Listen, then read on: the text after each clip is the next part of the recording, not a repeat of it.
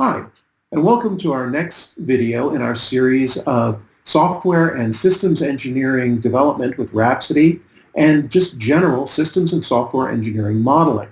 My name is Jeff Cohen, and I'm with 321 Gang. Today's video is about refining use cases with activity diagrams. Just to show you where we've been and where we're going, this is the sixth video in our series.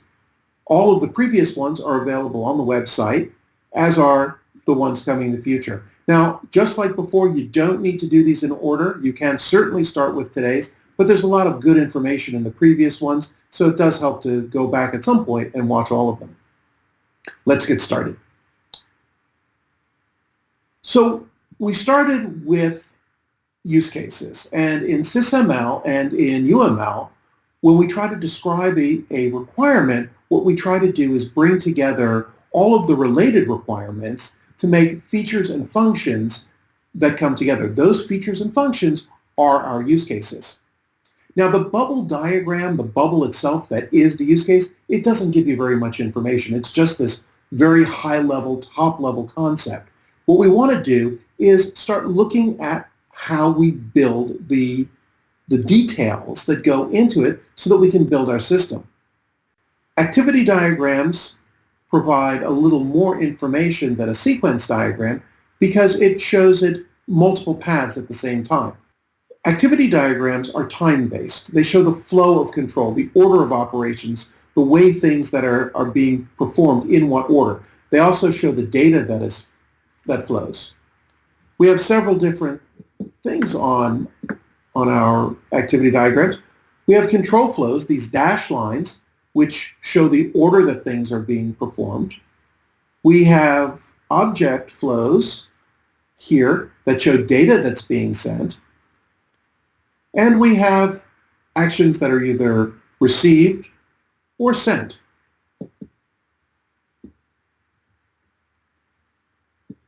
Let's start at the top. This page kind of gives a lot of detail, and you can use this for your main description for the language. What you see is a bunch of different actions. Everything basically is an action. We've got the accept event.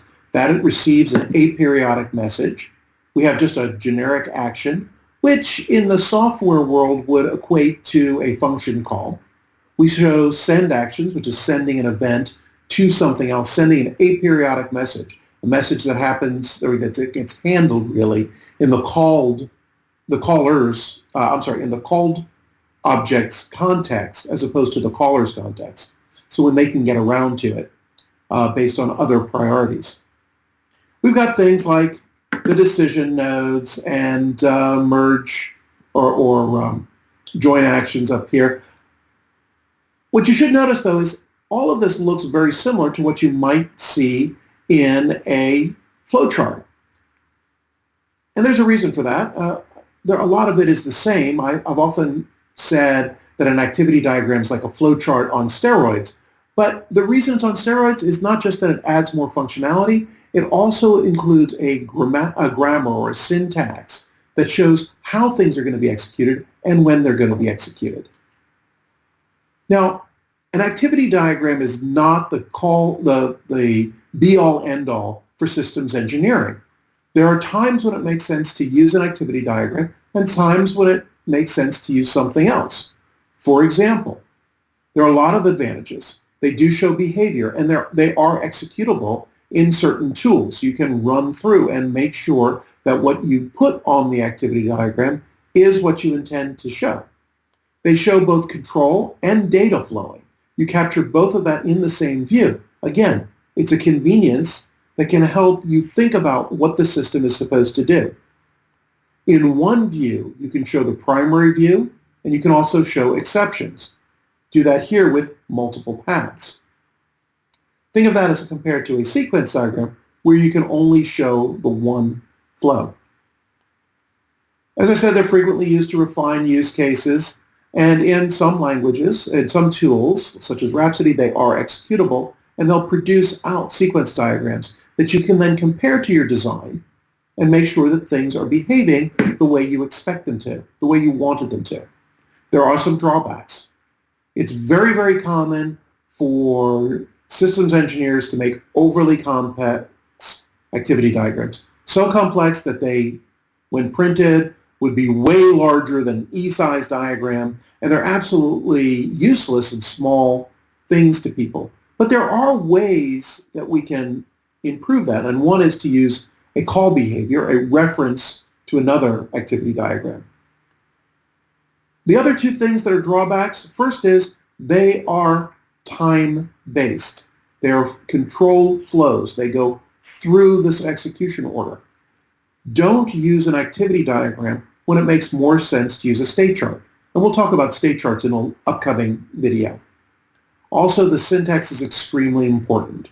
You can't have your words out of order in English and have it make sense. Similarly, you can't break things in an activity diagram in such a way that they won't sequence properly. To get to that point, let's talk about a few things. We'll start by talking about the components themselves, the activities and the actions. Now, the diagram is an activity. We'll start by talking about the components themselves, the activities and the actions. Now, the diagram is an activity. The actions are these guys. Each of these bubbles is an action. Ideally, when an action starts, it takes 0 time, and it completes instantaneously, and it can't be interrupted. In addition, the control flow, the arrows that connect them, imply that they're continuous. So once it starts, it executes, and it immediately starts the next one, or at least the token is put there. We're going to talk about the token rules on the next slide. So here are the rules that have to be followed for the tokens. As I said before, when an action begins, it runs to completion, and then it puts the token on the outside. Now, it isn't going to run until all of its tokens are there, all of the tokens are satisfied. So when this guy completes, the token is here on this decision node, and based on which way it goes to both of them, or whichever one is appropriate. Now, there are special syntax that goes with the merges, so it's an OR. There's syntax that goes with each of those forks, if you will, that change the path, and we'll talk about them as we go along. But basically, what you need to understand is that an action begins when all of its tokens are present, and then it completes, and it passes the token on. In addition to showing control flow, activity diagrams can show how data flows, and data flows through a object flow. The data is the object, if you will. They flow from these pins along the control flow itself, the object flow, excuse me. Now, since we know that an action cannot begin until all of its tokens are satisfied, and these data are part of the tokens that have to come in, we need to be able to deal with the fact that sometimes data is streaming, and sometimes data just comes once in a while, and sometimes we don't need the data to make the decision. It's optional. So therefore, we set the pins with these stereotypes, among others, to be able to control the flow. Of course, if we have data coming from more than one source, we can show multiplicity.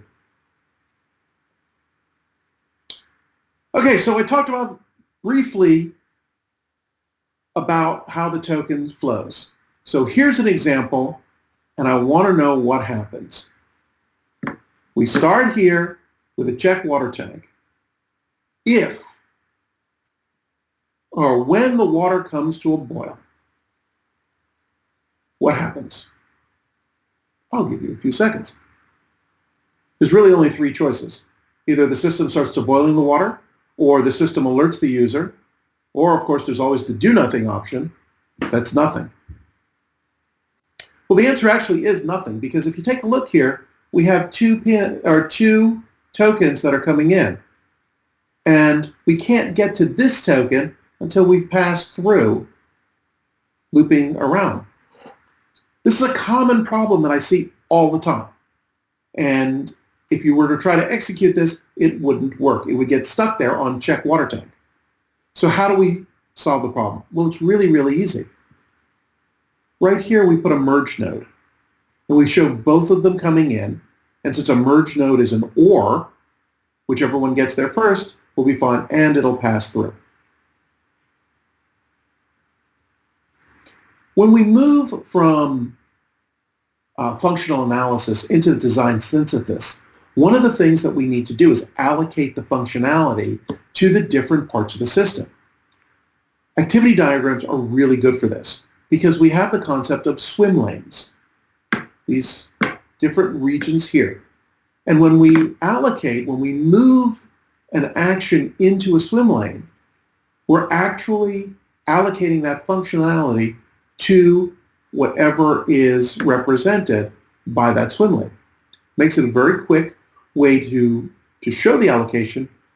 As we're doing the allocation, we'll frequently find that we need to add some additional actions, some things that parts handled here, parts handled there, or guess what, the signal really needs to go to two different places, and we hadn't thought about that.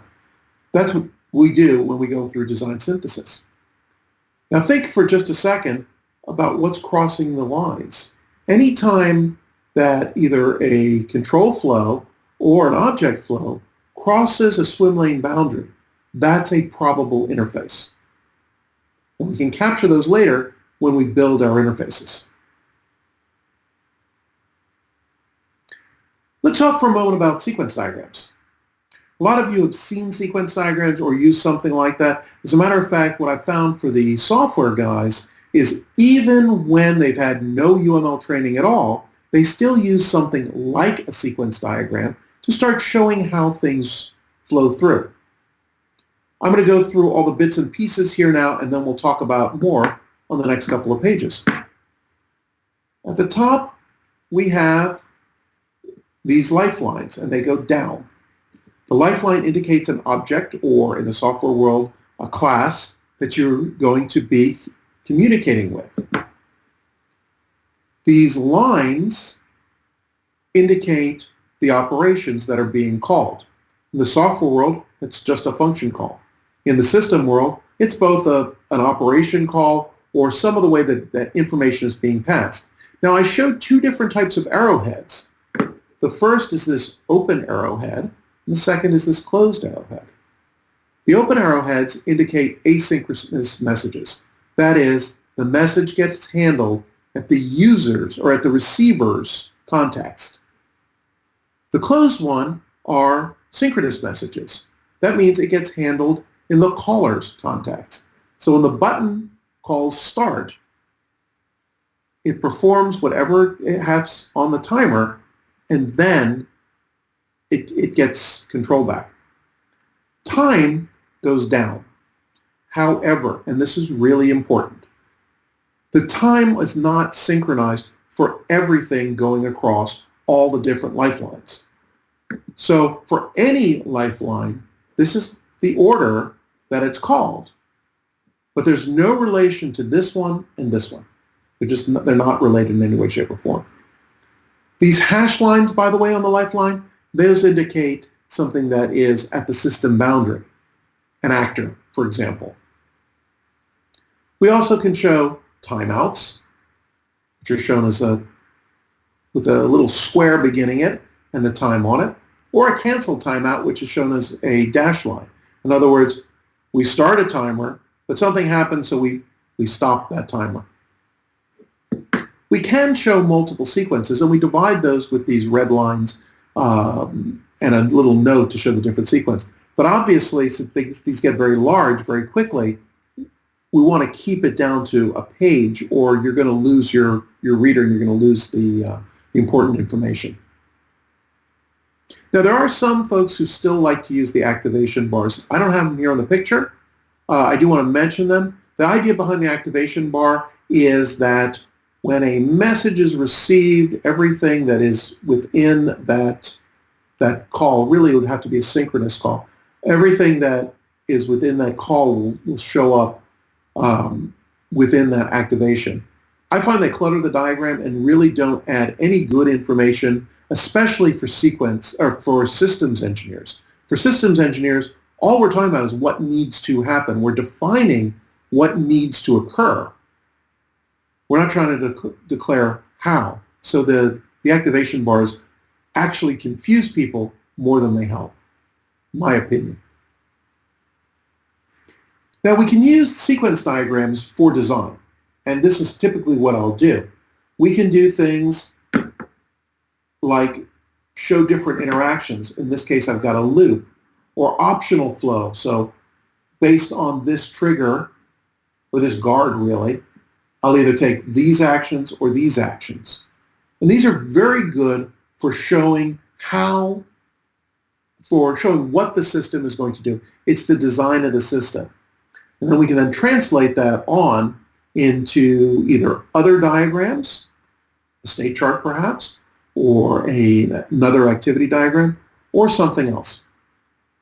Not only can we use sequence diagrams in our design, we can also use them to help validate our model. That is, to show that what we created, what we drew in the model, is actually what we want.